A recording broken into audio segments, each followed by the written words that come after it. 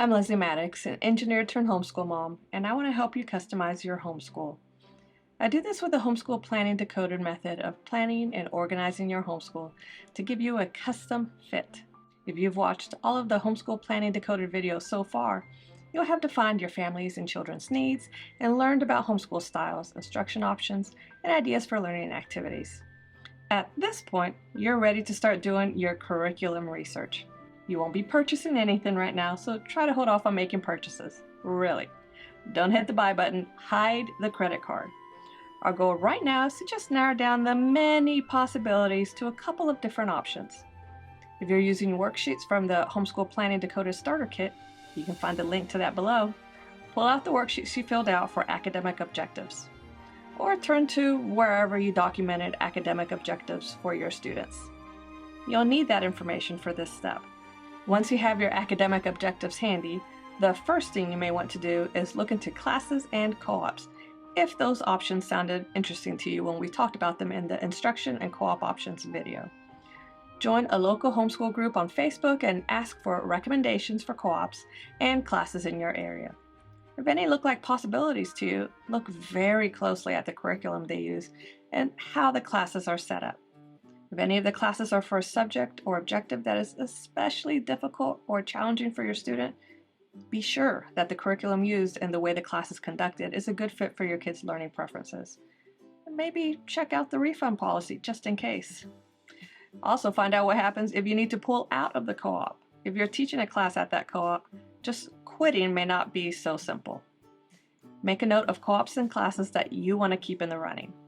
The Starter Kit has a homeschooling resources worksheet which you may want to use to keep track of this information.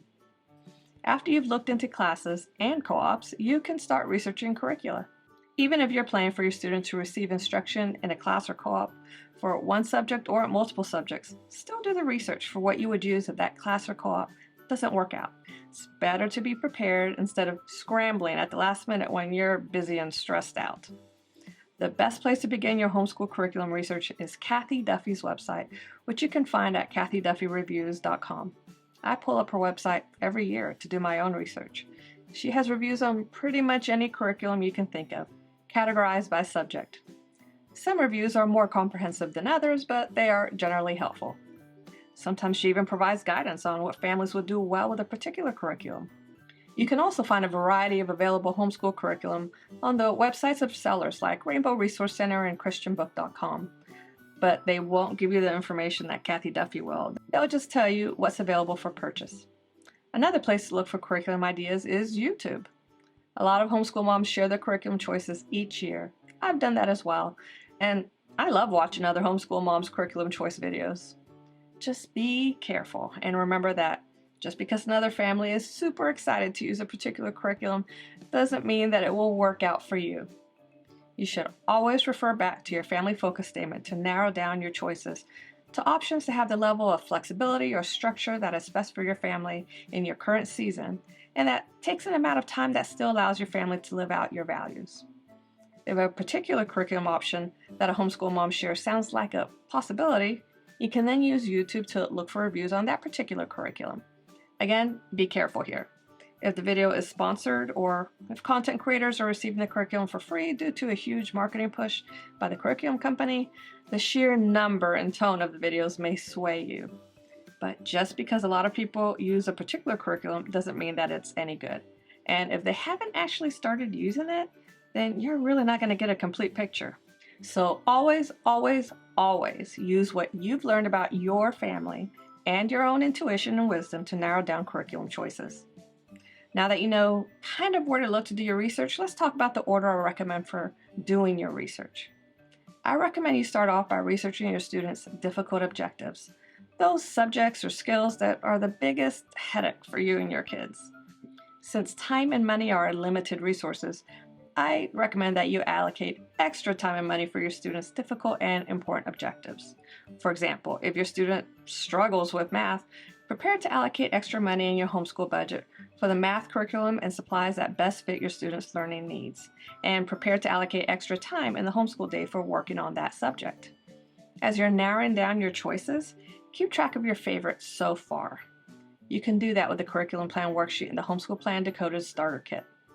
After you've done your research for difficult objectives, move on to your students' delightful objectives. Delightful objectives should also be given extra consideration when it comes to the limited resources of time and money. For example, if your student loves music, you may want to indulge him or her with lessons to learn an instrument. After doing your research for delightful objectives, move on to the remaining objectives on your list. Some subjects and objectives should not be given extra consideration in your budget or homeschool day. Don't waste money or time on activities that are not particularly challenging or interesting to your child. For example, if history is not especially difficult or interesting to your child, that history curriculum with all the crafts, books, activities that will require a big chunk of your day isn't for your family. Trust me on this. You'll just end up hating it. Instead, find a history curriculum that gets the job done with minimum time, money, and effort. Now for a bit of caution. As you're doing research, you may come across curricula that combines subjects.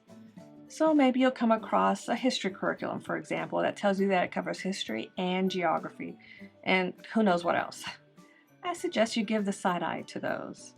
Don't automatically think it's the dream curriculum that will save you so much time and money by doing lots of learning at the same time.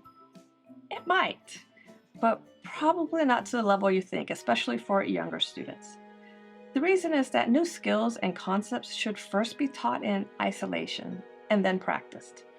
I learned this from our speech therapist when a couple of my kids were going through speech therapy. She taught me that she first teaches the child how to make a particular sound in isolation, and then as part of a word, and then a sentence, and then regular conversation. That process goes through several weeks or months, and there's a lot of repetition along the way. Do you see the progression from learning a specific skill in isolation to incorporating it into everyday life? That same progression is valuable no matter what your kids are learning. Give them explicit instruction on the concept or skill in isolation without bringing in other topics. Allow them to practice that skill or concept. Keep practicing until it's easy for them. And practice transferring that skill or concept by using it in everyday life or incorporating it into a project or unit study. So, for example, younger elementary students should learn the skills of spelling and handwriting separately. When a student is learning and practicing forming letters, that's all they should be focused on. When they're practicing spelling, that's all they should be focused on. Those skills will become more automatic as they grow older and progress in them. When they're old enough to write essays, for example, I expect my kids to write as neatly as they can, even though they're learning essay writing, because they've had a lot of practice with handwriting by that point. Some of the most frustrating experiences I've had with homeschool curriculum is curricula that tries to teach many things to a student at once. Either it was too overwhelming for my child, or only one of the many objectives that the curriculum promised to teach was actually taught well. Just this year, a curriculum I chose for one of my kids that promised to cover many different objectives covered one objective so poorly that I had to purchase another curriculum after a couple of months just for that one objective. So be careful about curricula that promises to teach many things. Practicing many things is fine, like maybe planning and planting a garden where your student gets to practice their math and handwriting skills while seeing previously learned science concepts in action.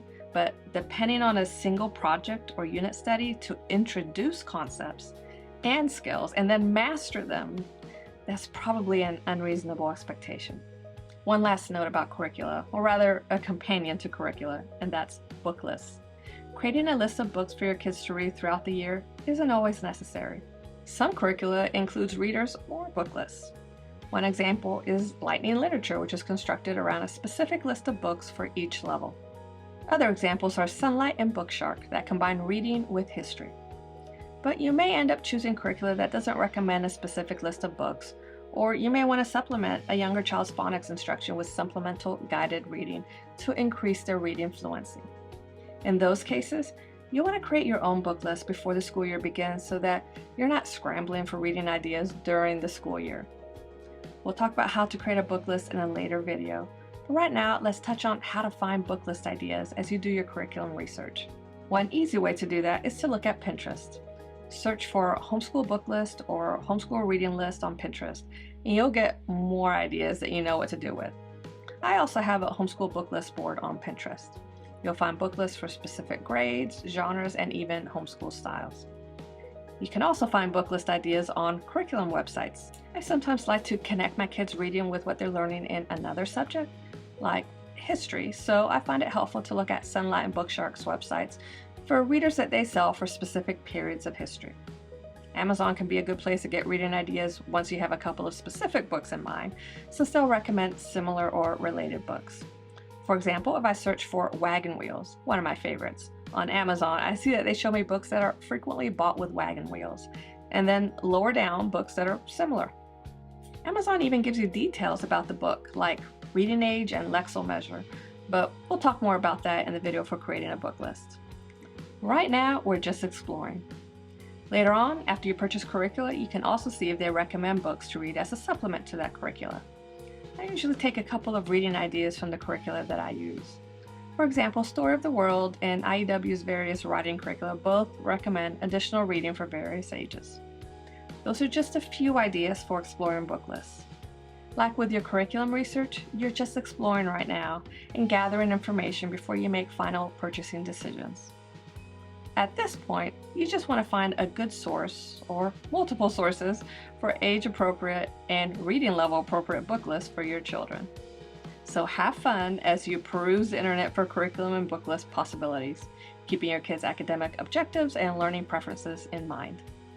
In the next Homeschool Plan Decoded video, we'll talk about lesson planners, because after you purchase Curricula, you'll want to be prepared to make lesson plans. Remember that you can access all of the videos that walk you through the steps of the Homeschool Plan Decoded method of customizing your homeschool right now at the link below. And happy planning!